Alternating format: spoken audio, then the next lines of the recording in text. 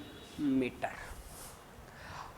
कितना दे रखा है 1 मीटर, तो 2 लैम्डा डी के अंदर लैम्डा अपॉन में क्या आ जाएगा भाई, इक्वल टू लैम्डा अपॉन में डी। लैम्डा कितना हो गया 10⁻⁻7।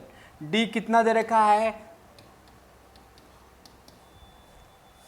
1 mm का मतलब है 10⁻⁻3। ऊपर लेके चले जाओ, ये आ जाएगा 5 × 10⁻⁴, जिसको 0.5 × 10⁻⁻3 ये इसलिए करा क्योंकि mm में दे रखे हैं आंसर, तो ये आएगा 0.5 mm। Next, to coherent source with intensity of ratio 9:1 inference fringe. Inference fringe के अंदर बात कर रहे हैं the ratio of maximum intensity and minimum intensity का रेशियो जो होता है, ध्यान रखना, रेशियो होगा √I2। मान लिया अपन ने मैक्सिमम है, प्लस √I1 अपॉन में √I2 माइनस √I1। आते हैं √I2 कितना है 9:1, इसको मान लो 9I, रूट के अंदर √I स्क्वायर होता है, ध्यान रखना, अपॉन में √9I माइनस √I। देखेंगे तो ये रूट के बाहर आ जाएगा, कितना आएगा 3I प्लस I अपॉन में 3I minus I। 3I plus I कितना होता है 4I, और 3I माइनस I होता है 2I। कितना आ गया 4। अब करना होता है इसका होल स्क्वायर, ये आ गया अपना 2/1। ध्यान रखना, इसका क्या करना अपन को स्क्वायर, तो इसका क्या हो जाएगा स्क्वायर बाई 2 का स्क्वायर हो गया 4:, ये मिलेंगे अपन को 4:1। ध्यान रखना सबका स्क्वायर करना होता है, फॉर्मूला ध्यान रखना।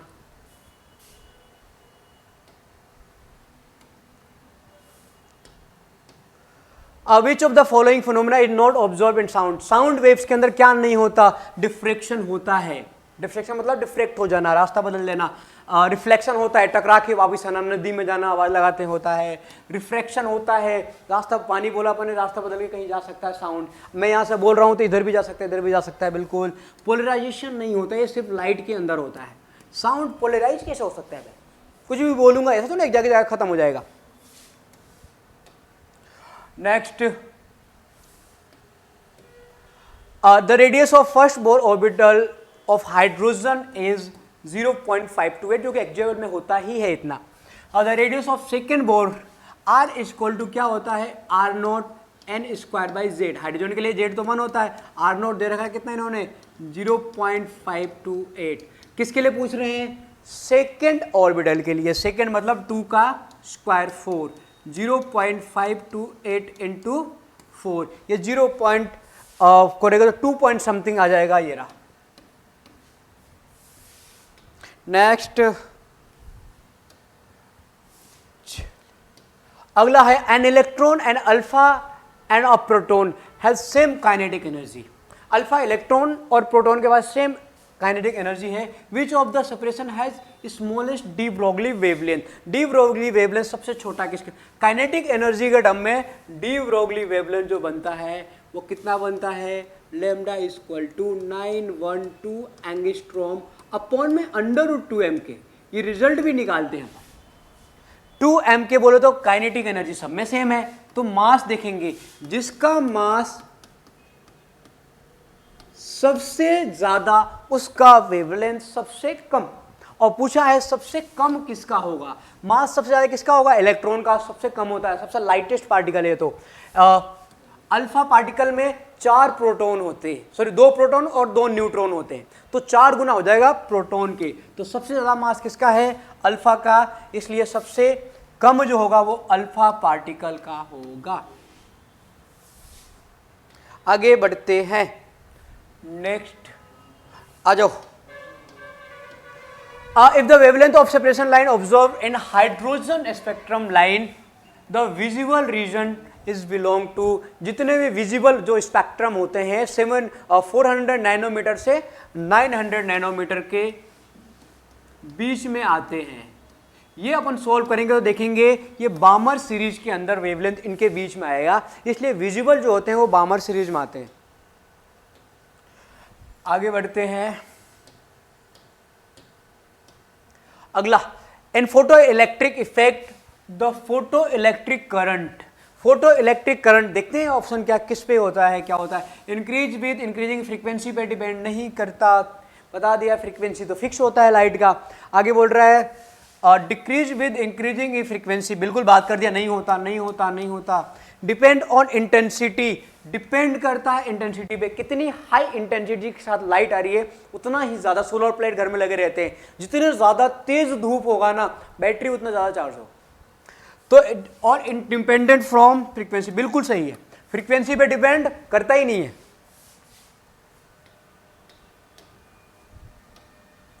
आगे बढ़ते हैं, चलिए P1 P2 P3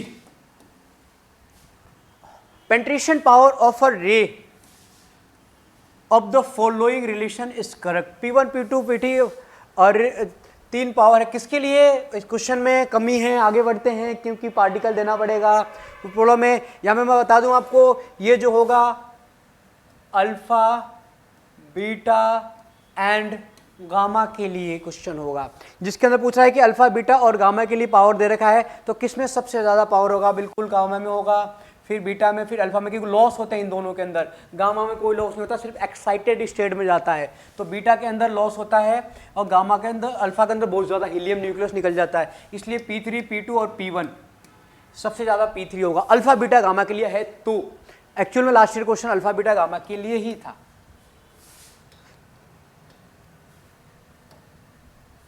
आगे बढ़ते हैं, आगे, हाँ, कंसिडर द रिएक्शन इतना। वाट देखो, 2 तरीके करने के, एक तो पता होना चाहिए क्या होता है, दूसरा करके देख लो। यहाँ पे अगर कोई ध्यान से देखे तो इसके बाद 0 था, 1 माइनस 0 हो गया। यहाँ पे देखा 1 था, यहाँ पे भी 1 हो गया। इसका मतलब ये कोई ऐसा पार्टिकल है जिसके पास सिर्फ एनर्जी होगी, कोई मास, कोई भी चार्ज वाला पार्टिकल ये नहीं हो सकता, क्योंकि ऑलरेडी चार्ज और मास दोनों ही बैलेंस है। यानी एक एनर्जी के टर्म में आएगा भाई, न्यूट्रॉन नहीं एनर्जी के साथ आता है, एनर्जी के साथ आता है, एनर्जी के साथ आता है अल्फा भी, एंटी न्यूट्रियन एनर्जी के टर्म में आता है। एंटी न्यूट्रिनो एक पार्टिकल निकलेगा, एनर्जी का टर्म में अपन को मिलेगा। नेक्स्ट आगे बढ़ते हैं। Antimony Sb added to the germanium. GE जो होता है वो होता है प्योर सेमीकंडक्टर, जो क्वाड वैलेंट होते हैं कार्बन फैमिली वाले, और Sb है एंटीमनी, ये पेंटावैलेंट होता है। पेंटावैलेंट का मतलब क्या है कि इसके पास 5 इलेक्ट्रॉन रहते हैं, मतलब खाली कितने होंगे 3, जिसको फिजिक्स की लैंग्वेज में होल बोलते हैं। खाली जगह जो खाली होता है उसको फिजिक्स के अंदर होल बोलते हैं। तो 5 इलेक्ट्रॉन है तो 3 होल खाली, यानी इलेक्ट्रॉन खाली जगह से ज्यादा है। इसका मतलब यह है कि इसके अंदर जो मेजॉरिटी करंट होगा, करंट तो होल की वजह से भी होता है और करंट इलेक्ट्रॉन की वजह से भी होता है, लेकिन यहाँ पे इलेक्ट्रॉन ज्यादा है इसलिए ज्यादा करंट किसकी वजह से होगा, इलेक्ट्रॉन की वजह से। तो यहाँ पे मेजॉरिटी जो करंट होगा, जो मेजर जो ज्यादा करंट का इम्पैक्ट होएगा वो इलेक्ट्रॉन्स की वजह से होगा। नेक्स्ट लास्ट क्वेश्चन है, और लास्ट क्वेश्चन देखते हैं। इन एनपीएन ट्रांजिस्टर, ये रहा अपना एनपीएन ट्रांजिस्टर, ये एनपी और एन कैसे भी लगा दो, एक फॉरवर्ड बायस रहता है और एक reverse bias. Current gain for common emitter, common emitter ये रहा कितना है 94, यानी आईसी दे रखा है कितना 94। इफ द इमीटर करंट दे रखा है 9.5 मिली एम्पियर, बोले तो 9.5 इंटू 10⁻³ एम्पियर, होता भी कम है क्योंकि एनपीएन ट्रांजिस्टर है। देन द बेस करंट, ध्यान रखो जो आईसी होता है वो होता है आई ई अपॉन में आई सी, डेल आई ई अपॉन में डेल आई सी। कितना मतलब है डेल इसलिए बोलते हैं क्योंकि डिप्लेशन लेयर की वजह से करंट में कुछ चेंजेस आते हैं। तो डेल आई ई अभी लिखा अपन ने कितना है 9.5 इंटू 10⁻³ और 94 ये है। इसको डिवाइड करेंगे क्योंकि सारे मिली में दे रखे हैं। अगर सारे के सारे मिली में दे रखे हैं इसका मतलब ये है कि ये 0.1 समथिंग आएगा मिली एम्पियर। तो ये था अपना लास्ट क्वेश्चन। ये थे लास्ट ईयर के सारे पेपर। आप किसी भी क्वेश्चन के अंदर कोई प्रॉब्लम्स आ रही हो तो आप बार बार रिवाइंड करके देख सकते हैं। सॉल्यूशन बोर्ड में मार्क है पूरा, आप वीडियो को स्किप कर करके भी देख सकते हैं आपको जिस क्वेश्चन में प्रॉब्लम हो। बाकी कमेंट सेक्शन में और कोई इश्यूज आ रहे हैं, कोई प्रॉब्लम आ रही होगी तो आप हमें कमेंट सेक्शन में बताएं।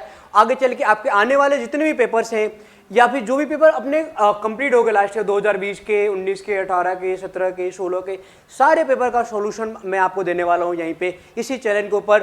तो इस वीडियो को जितने भी आपके फ्रेंड्स हैं पैरामेडिकल वाले जिनका एंट्रेंस एग्जाम 1 दिन 2 दिन के अंदर आने वाले हैं, जो प्रिपरेशन कर रहे हैं, इनफैक्ट जो नेक्स्ट ईयर के लिए भी प्रिपरेशन कर रहे हैं, उनको उनके साथ ये सॉल्यूशन शेयर करें, क्योंकि YouTube पे आपको ये पहला ऐसा चैनल है जो पैरामेडिकल पेपर का सॉल्यूशन दे रहा है। YouTube पे कोई ऐसा चैनल है ही नहीं अभी तक।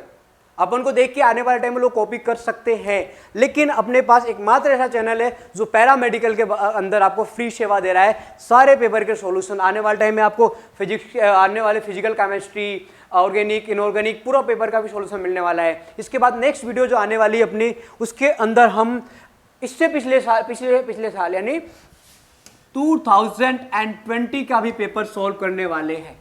उसके बाद 2019 सारे पेपर का सॉल्यूशन आपको मिल जाएगा आपके आने वाले पैरामेडिकल पेपर से पहले इसी चैनल पे। एकमात्र चैनल है, तो आपके सभी फ्रेंड्स को शेयर करो जो पैरामेडिकल की प्रिपरेशन कर रहे हैं या करने वाले हैं। उन सबको ये पेपर आप सॉल्यूशन शेयर कर सकते हैं। आपको कोई इश्यूज आए, कोई प्रॉब्लम आए, और आप हमें कमेंट में भी शेयर कर सकते हैं कि सर आप इस ईयर का पेपर बताइए, ये क्वेश्चंस आपको कोई प्रॉब्लम आ रहा है तो आप हमें कमेंट सेक्शन के अंदर बता सकते हैं। Thank you so much.